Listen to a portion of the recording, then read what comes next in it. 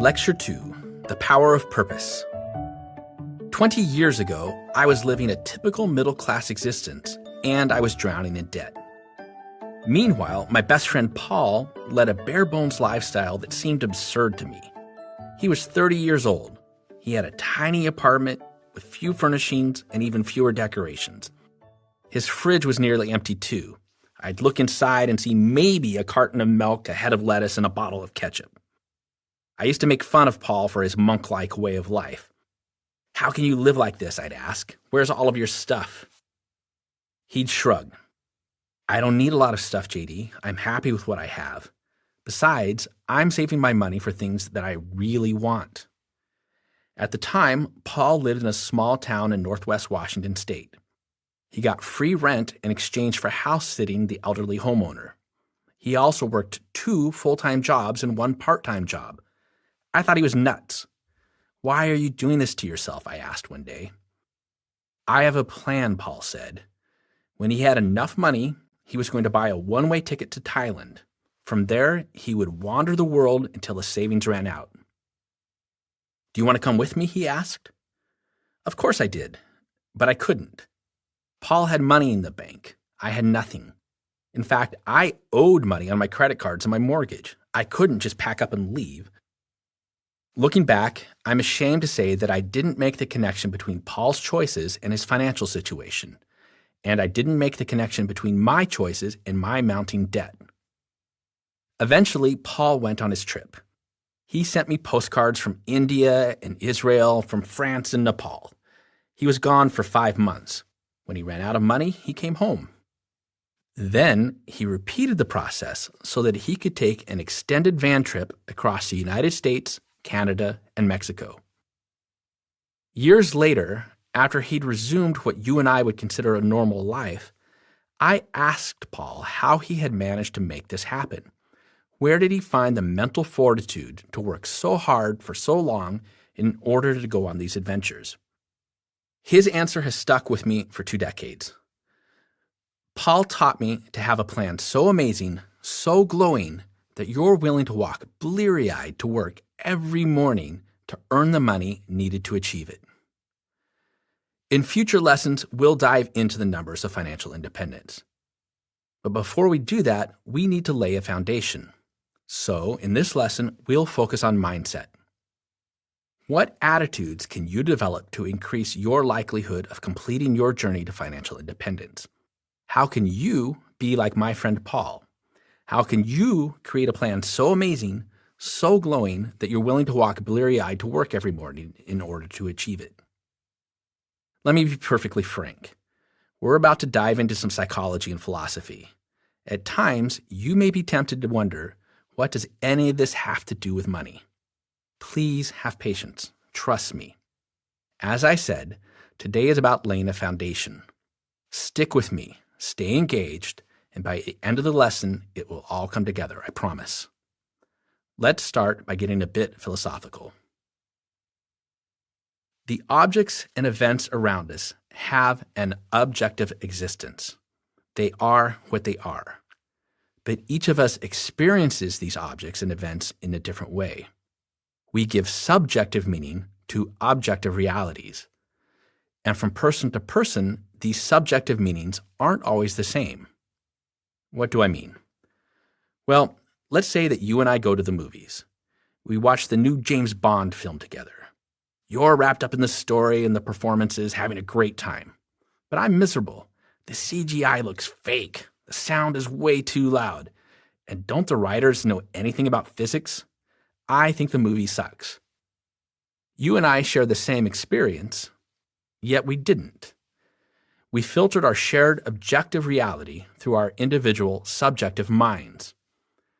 This happens to all of us every moment of every day. Modern psychologists like Mihai Csikszentmihalyi argue that each of us largely creates our own reality, our own happiness, by choosing what we focus on and how we react to it. The shape and content of your life is largely determined by how you subjectively experience objective reality. Now, there are 2 ways you can improve the quality of your life. You can change external conditions, Or you can change how you experience those external conditions, change your internal response to them.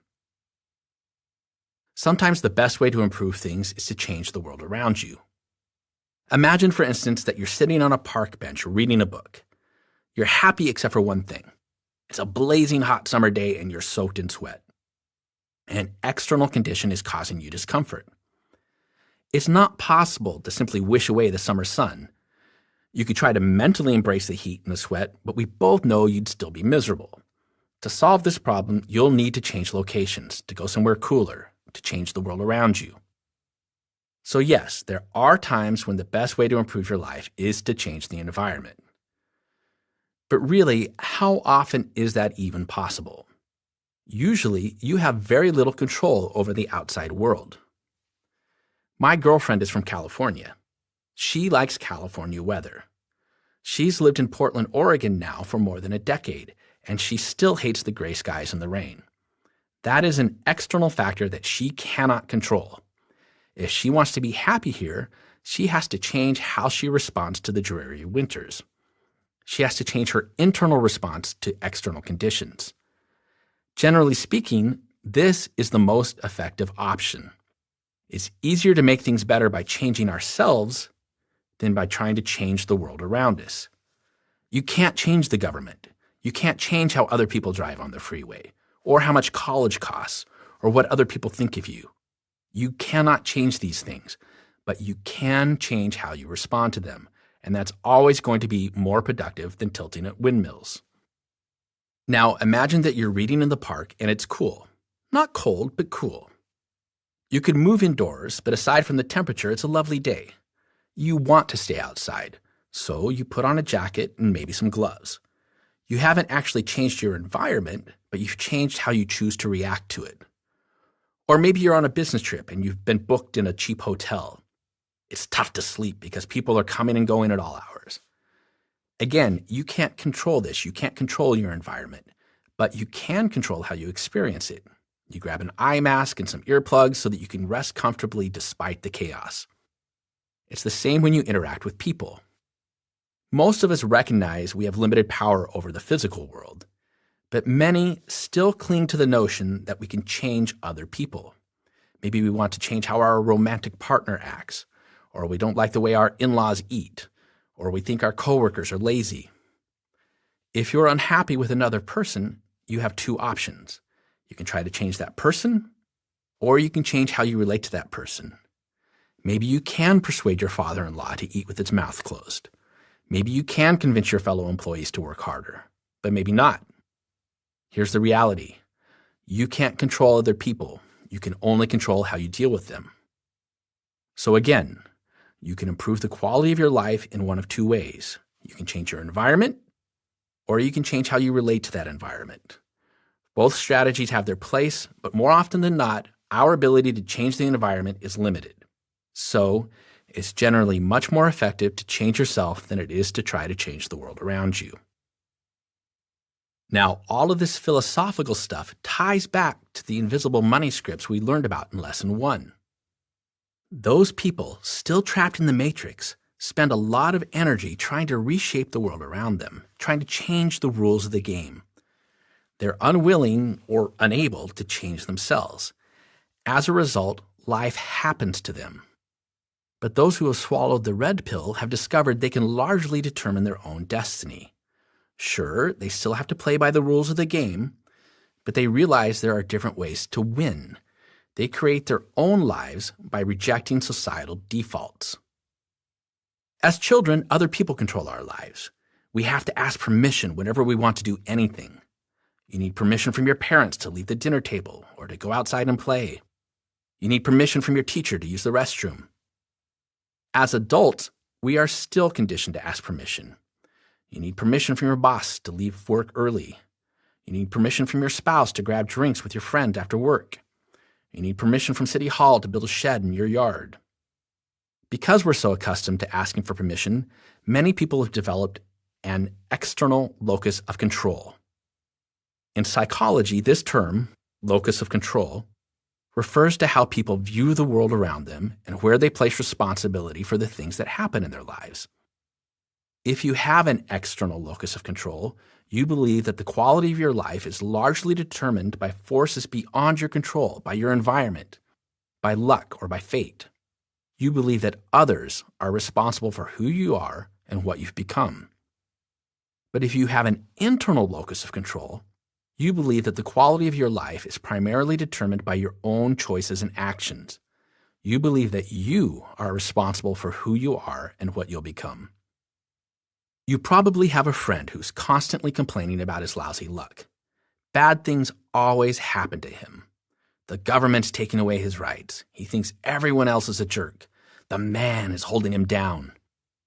These thought patterns are typical of an external locus of control. On the other hand, I'm sure you have a friend who manages to retain a positive attitude even when things go wrong. She's pleasant and optimistic after her purse is stolen. When there's an obstacle in her life, she finds a way around it. She gets things done when others don't. She has a strong internal locus of control. Studies have consistently shown that an external locus of control is associated with stress and low self-esteem. An internal locus of control, on the other hand, is correlated with greater confidence and well-being. If you are unhappy, nobody else can make things better for you. You must make things better for yourself. If you don't like your current circumstances, it's up to you to change them. Life may have dealt you an unlucky hand of cards, but it's up to you to play those cards as best you can. The FIRE movement is largely built on this belief. You have the power to determine your own destiny. Rather than surrender to society's view of how things are and ought to be done, FIRE folks forge their own paths. They do things differently. They're proactive rather than reactive. Reactive people believe their situation is a product of their physical and social environments. They tend to have an external locus of control. They allow the outside world to shape their future. But proactive people, on the other hand, accept responsibility for how they respond to the world around them. They tend to exercise an internal locus of control. They don't blame circumstances, conditions, or conditioning for their situation. Instead, they actively work to build the life they want. The pursuit of financial independence is, by its very nature, a proactive endeavor. It's not something you can accomplish passively. You can't wait for early retirement to come to you. You have to pursue it. Financial freedom simply isn't possible by accepting societal defaults. Default actions lead to default results. If you don't swallow the red pill, if you don't act, you cannot escape the matrix. As I noted in the previous lesson, people pursue financial independence for a variety of reasons. Some are running from something. They're trying to escape. Maybe they're seeking freedom from work. Maybe they want freedom from worry. Maybe they're after freedom from decades of debt. Others choose FI because they're running to something. They want freedom to travel, perhaps. Or maybe they want freedom to start their own business. In fact, the most common answer I get when I ask folks why they want to learn about financial independence is this: I want the freedom to do what I want, when I want. After a decade in the FIRE movement, I've noticed something interesting. Those who move toward a specific goal tend to have greater success than those who don't. When you're running away from something, you're being reactive. You're exercising an external locus of control. But when you run toward something, you're drawing upon intrinsic motivation. People who choose FI as a way to achieve something specific have more drive, more staying power. They tend to be more successful than those simply seeking escape. The Austrian psychiatrist Viktor Frankl gave a penetrating analysis of what I'm calling proactive, internally motivated living. During World War II, Frankl was interned in a Nazi death camp. The experience, which he survived, had a profound impact on his life and his work. In 1946, he published his best-known book. Its German title translates as Saying Yes to Life. In English, we know it as Man's Search for Meaning. In the prison camps, Frankl noticed that the extreme suffering and harsh conditions caused many inmates to lose their will to live. They welcomed death as a release from suffering. These prisoners often had zero control over whether they lived or they died. They could only control how they responded to their fate. Frankl wrote, "A man can, even under such circumstances, decide what shall become of him, mentally and spiritually. He may retain his human dignity even in a concentration camp." This is Frankl's thesis. Everything can be taken from a man but one thing, the last of human freedoms: to choose one's attitude in any given set of circumstances, to choose one's own way. For Frankl, this ability to choose means that humans are self-determining. That is, we don't have to just exist. We can choose what our existences will be. We have freedom to choose a purpose in our lives and to orient our actions around that purpose, even under the worst of circumstances. But how do you identify your purpose in life? For a long time, I struggled with this question.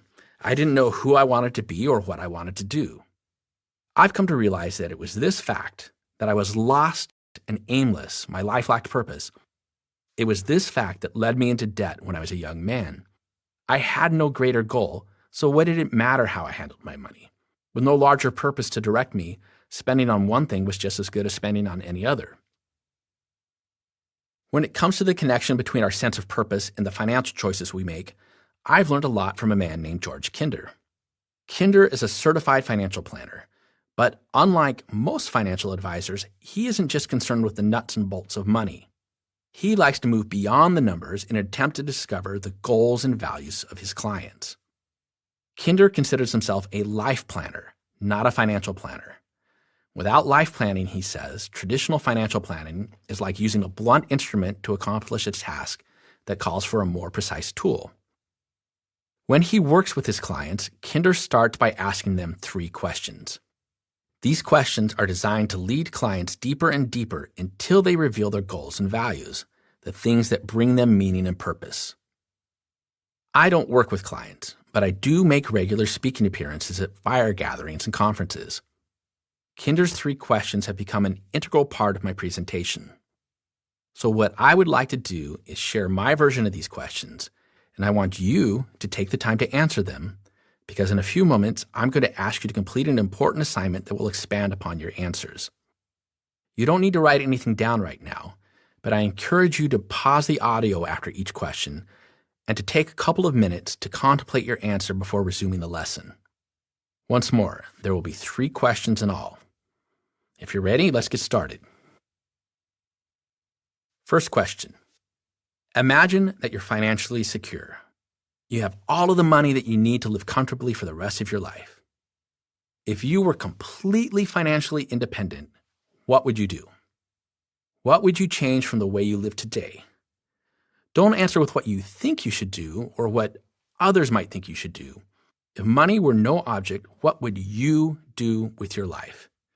Put me on pause, and I'll be here when you have your answer. Now, imagine that you go to your doctor. She gives you the sad news that you developed a brain cloud. Fortunately, a brain cloud has no symptoms, so you won't feel sick. But unfortunately, a brain cloud is fatal, and you have only 5 or 10 years left to live. There's no way to know precisely when you'll die, but you've definitely reached the end of the road. If you knew you'd be gone in a few years, what would you do with the time that you had left? How would you change your life? Would you change your life? Note that this question does not assume that you have unlimited wealth. You are who you are today, except that you have a brain cloud. Take a moment now to contemplate your answer. Lastly, imagine you go to the doctor and she shocks you with the news that you only have 24 hours left to live. Nothing can be done. This time tomorrow, you'll be gone. If you were to get this news, if you were to be told that you only had 1 day left on Earth, how would you feel? What did you miss in life? What did you not get to do? Who did you not get to be? And how would you spend your last day? Take a couple of minutes to think about that. Now, of the 3 questions I just asked, the first was probably the easiest to answer. It's fun to imagine what you'd do if money were no object. But As the questions progress, the answers become more difficult, don't they? And they elicit deeper emotions. George Kinder says that life planning is all about answering that final question. When I have people do this exercise in groups, we take time to share our responses. Answers to the first question usually involve things and activities. If people had unlimited money, they'd buy stuff and they'd go places. But answers to the third question rarely revolve around things and activities. The answers almost always involve people. With only one day left to live, most folks would choose to spend time with their loved ones. And the things they feel they might have missed in life are almost never material possessions. They're achievements, experiences, and events. Kinder's questions can help you think about what you want out of life, about your purpose. But let's see if we can't turn your answers into something more practical, more useful. Next, I'm going to have you prepare a personal mission statement. For this exercise, you'll want about an hour of uninterrupted time. You'll also want either an electronic device or a pen and paper to jot notes. After you've finished, you should have a basic mission statement with which you can begin setting specific financial goals. When you're ready, we're going to follow 5 steps. I'll walk you through each step now, but rather than putting me on pause to do the exercise now, I suggest that you just take notes on each step and complete all 5 together after you finish listening to this lesson. You can always replay this section if you need a reminder of what to do. So here are the steps. First, at the top of a blank piece of paper or in a new word processing document, write this question: what are my lifetime goals? For 5 minutes, let your mind run free. List anything that comes to mind. Pretend you don't have to worry about money. Don't filter yourself. List every single thing you'd like to do with your life. Fill the page if you can. After you've finished, spend a few more minutes reviewing these goals. Which appeal to you most? Note the 3 that seem most important to you. Okay, on to step 2. On a new page, write a new question. How would I like to spend the next 5 years? Dedicate the next 5 minutes to answering this question. Be honest. Don't list what you will do or what you should do. List what you'd like to do. Suspend judgment. When your time is up, review what you've written, and as before, highlight the 3 goals or activities that most appeal to you. Now for step 3. On a third page, write this question: how would I live if I knew I'd be dead in 6 months? For 5 minutes, brainstorm what you'd do if you knew you were dying. Would you quit work to travel the world? Would you pack up the family and drive across the country? Would you stay home and write your memoirs? Again, when you finished, find the 3 answers that matter most to you. For step 4, as before, start a new page, and at the top of it, write, my most important goals. Below that, copy over the goals or activities you marked as most important from the previous 3 questions. If any of these are substantially similar, merge them into one. If one of your lifetime goals is to write a novel, for instance, and you also said that you'd like to spend the next 5 years writing fiction, combine these 2 answers into a single goal. Now for the 5th and final step, which involves a bit of thought and creativity. Label a 5th page, My Mission. Look through your list of most important goals. Is there a theme? More than one theme? Does one goal draw you more than any of the others? Using your list as a launching pad, draft a personal mission statement. It should be short, but not too short. It might be anywhere from a few words to a few sentences. 1 paragraph is good. Take as much time as you need to create the best, most compelling paragraph you possibly can. So those are the 5 steps that lead to your mission statement.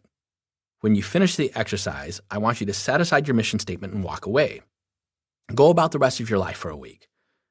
Don't forget about your mission statement, though. Keep it in the back of your mind. After you've had time to stew on things for a little bit, sit down and review what you've written.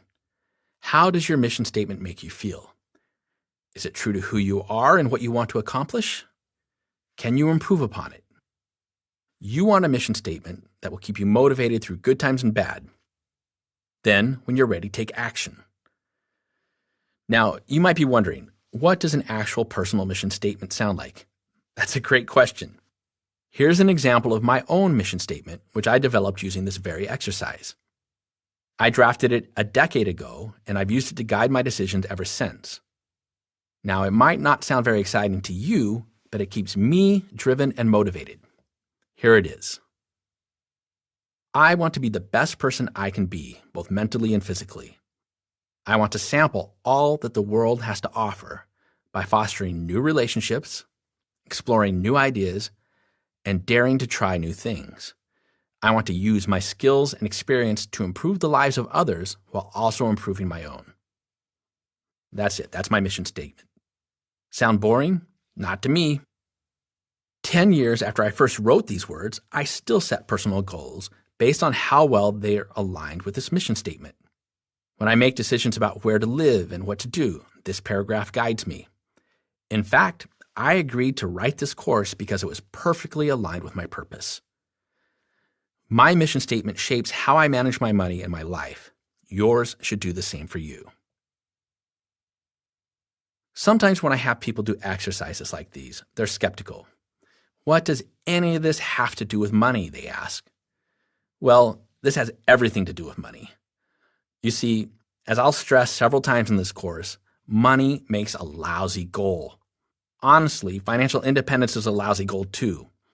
When people make money their primary aim, they often become petty and mean. They forget about what's truly important, such as relationships with family and friends. Pop culture is littered with unhappy misers.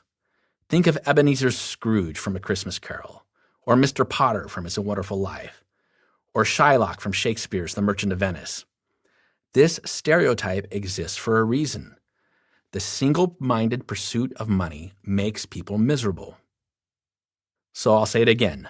Money makes a lousy goal. So does financial independence. But you know what? Money is a fantastic tool for building the life you want, and financial independence is an excellent side effect of pursuing your purpose. When you're clear on your purpose, when you have a plan so amazing, so glowing, that you're willing to walk bleary-eyed to work every morning to achieve it, then financial freedom becomes meaningful. When you understand what's important to you, when you know what you want to do with your life, you can make financial choices that reflect your values. With a purpose in mind, it's much easier to make decisions about where to live, what to spend, and how to earn money. With a clear mission, you can build your entire life to support whatever it is you want to accomplish. So, I strongly encourage you to take an hour to complete the mission statement exercise before continuing to the next lesson, where we'll talk about producing a personal profit. See you then.